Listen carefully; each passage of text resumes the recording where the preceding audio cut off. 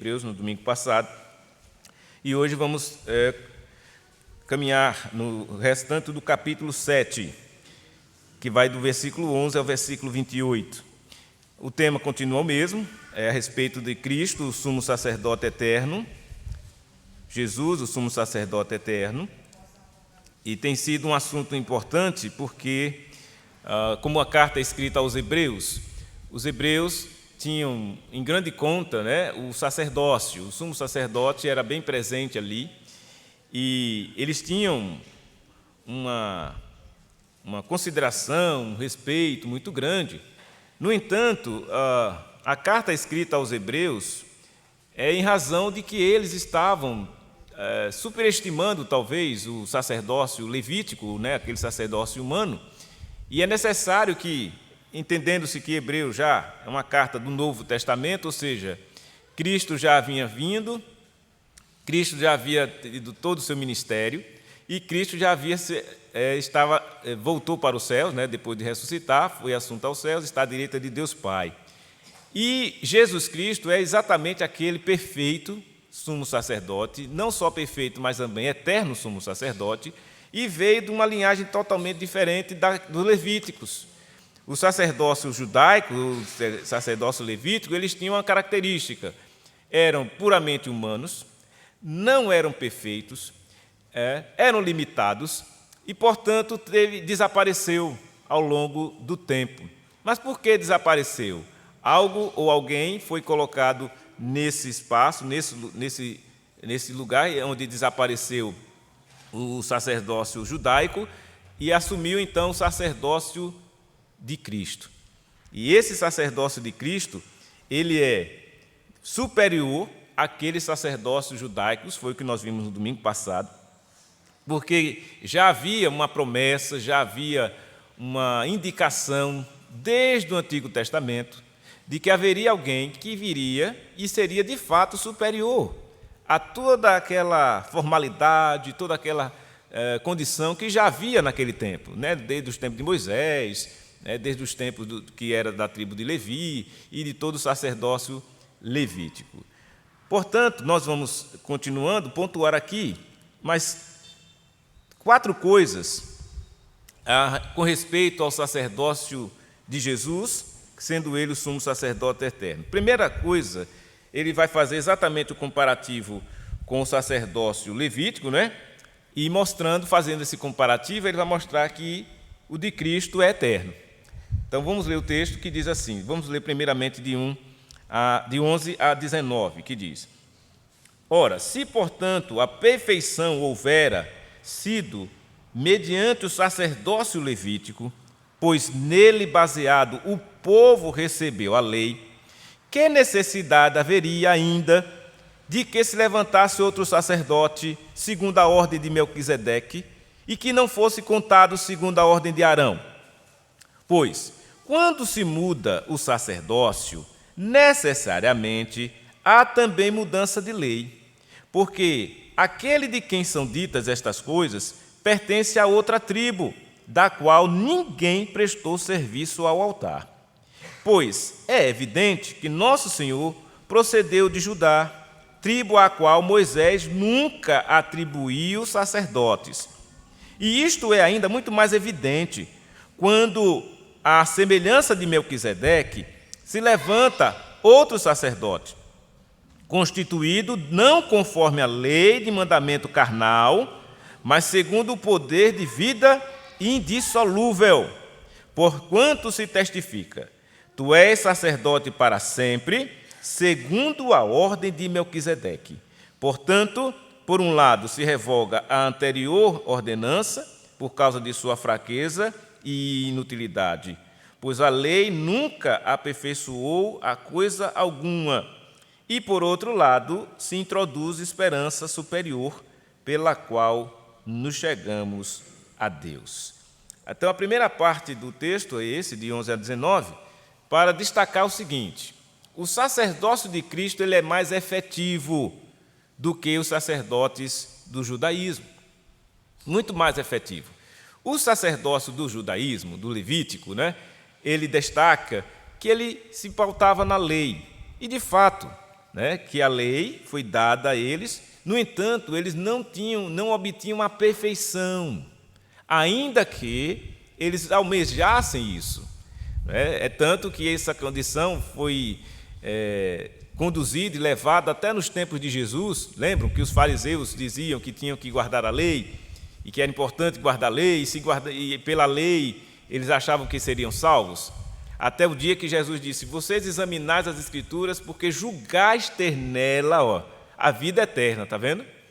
Pois são estas Escrituras que testificam de mim. Então, quando Jesus disse isso, ele está dizendo: vocês julgam que, observando a lei, as Escrituras, vocês vão ter vida eterna. Só que eles não... E Jesus deixou claro que, para ter vida eterna, tinha que se crer nele, em Cristo. Ele, Jesus, é quem tinha vida eterna. Mas os fariseus, os judeus, todos aqueles que vinham da linhagem do sacerdócio, eles achavam que, seguindo aquela linhagem deles, estava tudo tranquilo, eles iam alcançar o benefício da vida eterna. E não é assim. Todo aquele sacerdócio, ele não era efetivo como o de Cristo é.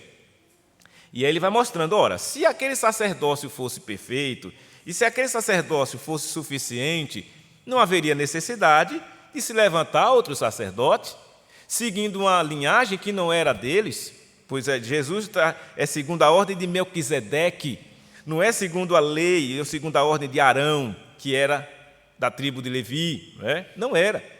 Então vejam, aí você já começa a perceber como é diferente, como é efetivo o sacerdócio de Cristo, muito mais do que o sacerdócio do judaísmo. E então ele descreveu dessa maneira. Ele diz: aquele de quem são ditas essas coisas pertence a outra tribo, que é Jesus. Jesus vem da tribo de Judá, e ele é o leão da tribo de Judá. Então, Jesus não vinha da tribo de Levi, não vinha da tribo de Moisés, que de fato era a tribo responsável pelo sacerdócio. Enquanto lá na tribo de Moisés, ou na tribo do Levi, nasceu levita, era sacerdote. E era assim, nasceu o homem lá, levita, quando ele chegava a 30 anos, assumia já o sacerdócio. Não tinha exigência nenhuma, o fato era, nasceu na tribo de Levi. Então, eles já recebiam essa condição. Nasceu na tribo, vai ser sacerdote. Jesus, totalmente diferente disso. Ele nem nasceu na tribo do sacerdócio judaico, do sacerdócio segundo a lei, mas ele veio de uma linhagem chamada Ordem de Melquisedeque. E essa Ordem de Melquisedeque, ela tem um diferencial, daqueles que era a ordem do sacerdócio levítico. Por quê? Porque não seguia a lei, não era pela lei, mas era uma coisa sobrenatural. A ordem de Melquisedeque era uma ordem sobrenatural, vinda da parte de Deus diretamente. E aí ele diz, ele não foi constituído não conforme a lei de mandamento carnal, mas foi segundo o poder de vida indissolúvel. O que é uma vida indissolúvel? Uma vida eterna, uma vida que não se dissolve, uma vida que não se acaba. Então Jesus veio nessa condição. Ele seguiu a ordem de Melquisedeque e, portanto, ele veio no poder de uma vida indissolúvel. E aí ele cita o texto que diz: tu és sacerdote para sempre, segundo a ordem de Melquisedeque. Portanto, por um lado, se revoga a anterior ordenança, por causa de sua fraqueza, olha só que interessante, e inutilidade. A aliança antiga dos sacerdócios levíticos se desvanece, se revoga, quando chega a aliança que é perpétua, a aliança que vem com Jesus. Por isso que agora o foco é nele, por isso que os olhos devem se voltar para Jesus, e não mais para a religiosidade que aqui se tinha naquele período.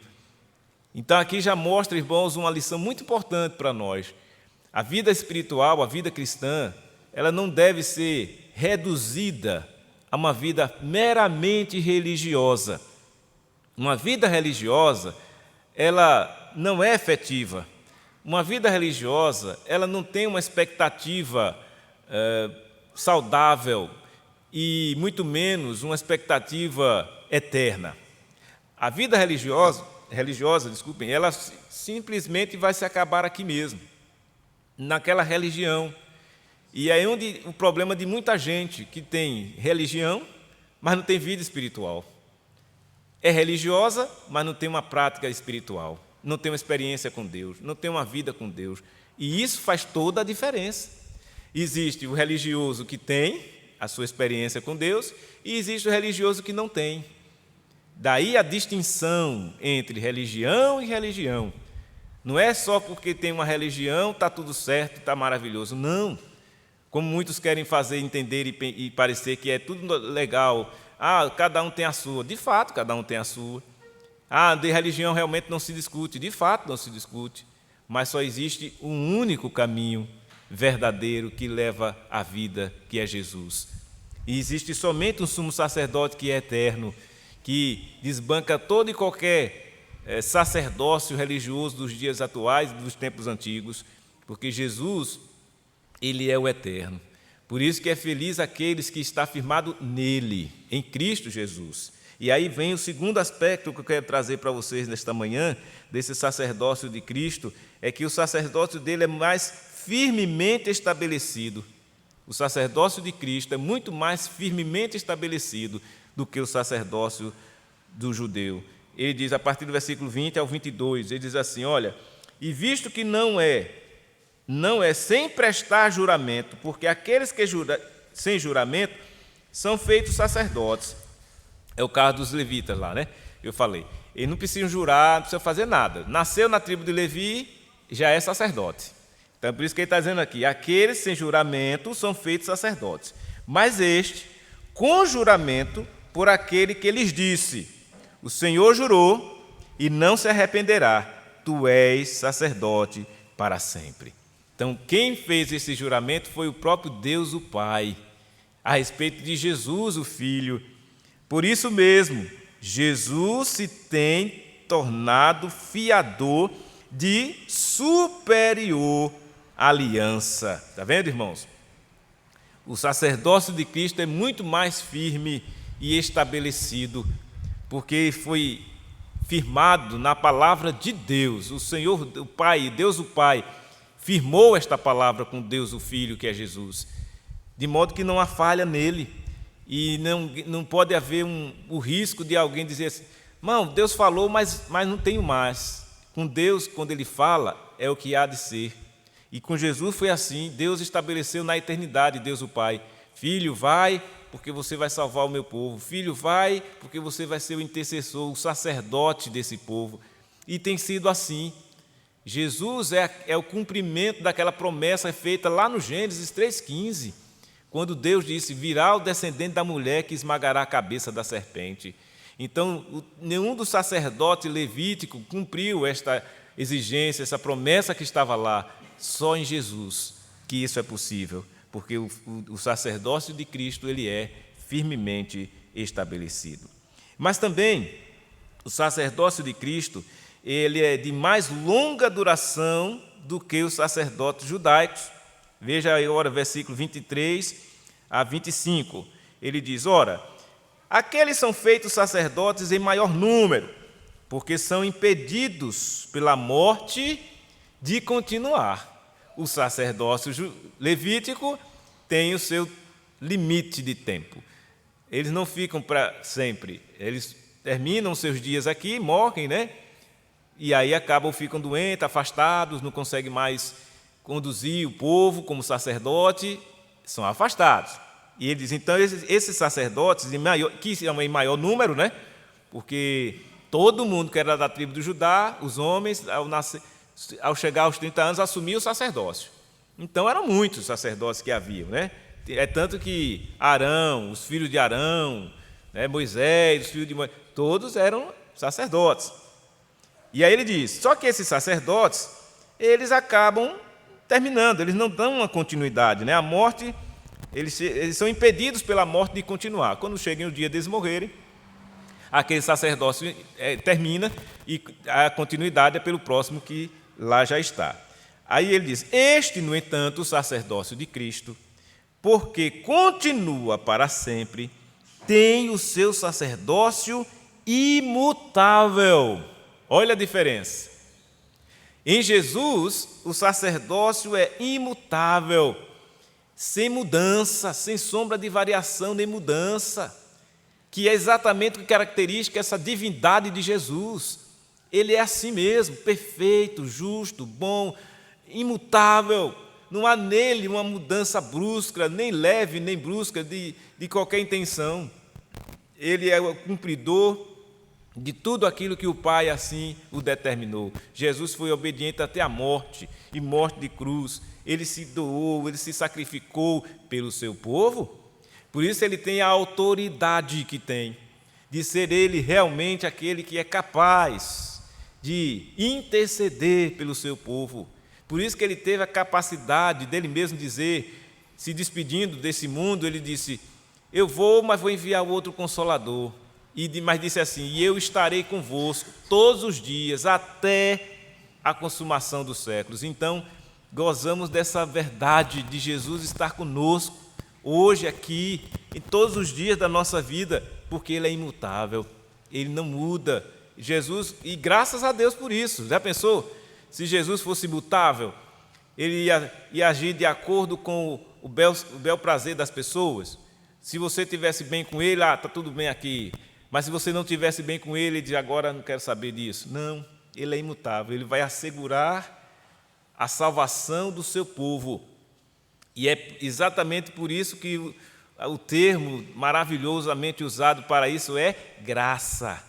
Graças a Deus. A graça de Deus é o favor que Ele tem por nós imerecidamente. Ou seja, você e nem eu merecemos, mas Ele é gracioso, Ele é imutável, Ele garante àqueles que o Pai lhe deu ir até Ele. Ele garante a salvação do seu povo, porque Ele é imutável. Ele garante a intercessão por seu povo, de modo que, por isso que agora, pois, já nenhuma condenação há para aqueles que estão em Cristo Jesus, está vendo? Não há condenação, porque de fato Jesus, Ele assumiu essa condição, porque Ele é imutável. Então a garantia que Ele dá lá no início é a mesma que Ele está dando hoje. Para todos aqueles que nele crê, está salvo. Todos aqueles que nele crê, está garantido a salvação eterna, a vida eterna. E isso é uma coisa maravilhosa, irmãos, é a segurança da salvação dos crentes. Então, os crentes do passado, os crentes de hoje, os crentes que ainda virão pela frente, todos estarão assegurados nessa verdade, porque Jesus, de fato, é um sacerdócio imutável. É um sacerdote de longa duração, diferente daqueles sacerdotes do Antigo Testamento, que tinham seus dias contados, os seus limites de tempo, eram falhos também, eram homens, estavam sujeitos às quedas. Eles precisavam também oferecer sacrifício por ele mesmo, os sacerdotes do Antigo Testamento. Já Jesus não. Jesus, Ele mesmo, olha só, Ele mesmo foi o sacrifício em favor do seu povo. Ele que não tinha pecado algum, Ele que era o perfeito, Ele que era o Filho de Deus, Ele que era Deus e se fez homem. Por isso que podemos confiar nele plenamente, porque Ele de fato é o sacerdócio de longa duração que está acima do sacerdote judaico. E por fim, o último ponto aqui, do 26 até o 28, os 3 últimos versículos do texto aí, vai nos mostrar que esse sacerdócio de Cristo, ele atende exatamente a necessidade do pecador. O sacerdócio de Cristo atende exatamente a necessidade do pecador. Vejam, com efeito, nos convinha um sumo sacerdote como este, está vendo? Nos convinha como este, como santo, inculpável, sem mácula, separado dos pecadores e feito mais alto do que os céus, que não tem necessidade, como os sumos sacerdotes, de oferecer todos os dias sacrifícios, primeiro por seus próprios pecados, não havia essa necessidade em Jesus, depois pelos do povo, também não, porque fez isto uma vez por todas, quando a si mesmo se ofereceu. Está vendo, irmãos? Jesus é o sacerdócio perfeito e Ele atende a sua e a minha necessidade. Por quê? Porque o texto deixa claro aqui, ele é santo, ele é inculpável, não há culpa em Jesus. Ele é sem mancha, sem mácula, ele é separado dos pecadores. Veja, Jesus se fez pecado por nós, mas ele nunca pecou. Ele assumiu uma culpa que não era dele, ele é inculpável. Mas ele assumiu a sua culpa, a minha culpa. Vejam bem a profundidade disto, hein? E nisso, depois de ele fazer tudo isso, ele não havia necessidade dele. Ele não tinha necessidade disso. Ele não tinha necessidade de, vou oferecer um sacrifício por mim. Não havia necessidade dele receber o batismo, por exemplo, né? Algumas pessoas ficam se debatendo com essa questão do batismo, com dúvidas ainda, mas veja, Jesus foi batizado, mas Jesus tinha pecado? Não, nunca teve, mas ele se sujeitou ao batismo. Por quê? Porque o batismo era uma exigência da lei, era algo que permitia a pessoa ser identificada como parte do povo, como tem alguém que estava estabelecido ali numa aliança que havia entre o povo e Deus, é o pacto. Esse é o sentido. Nunca o batismo teve a intenção de salvar alguém, porque se fosse assim, Jesus ia ter salvo dele mesmo? Não. E também teve aquelas ocasiões em que as pessoas foram salvas sem o batismo, né? Como nós já sabemos o caso do ladrão lá na cruz. Então não era o fato tem que se batizar, senão não será salvo. Não. Tem que se batizar para ser identificado como, de fato, fazendo parte do povo. Mas não é isso, esse sacramento, né, que é importante para a igreja, o sacramento do batismo, não é ele que vai conduzir a pessoa para a salvação, porque, senão, aqueles que foram salvos sem o batismo, não teria sido. Porque a salvação está em Cristo, pela fé em Cristo.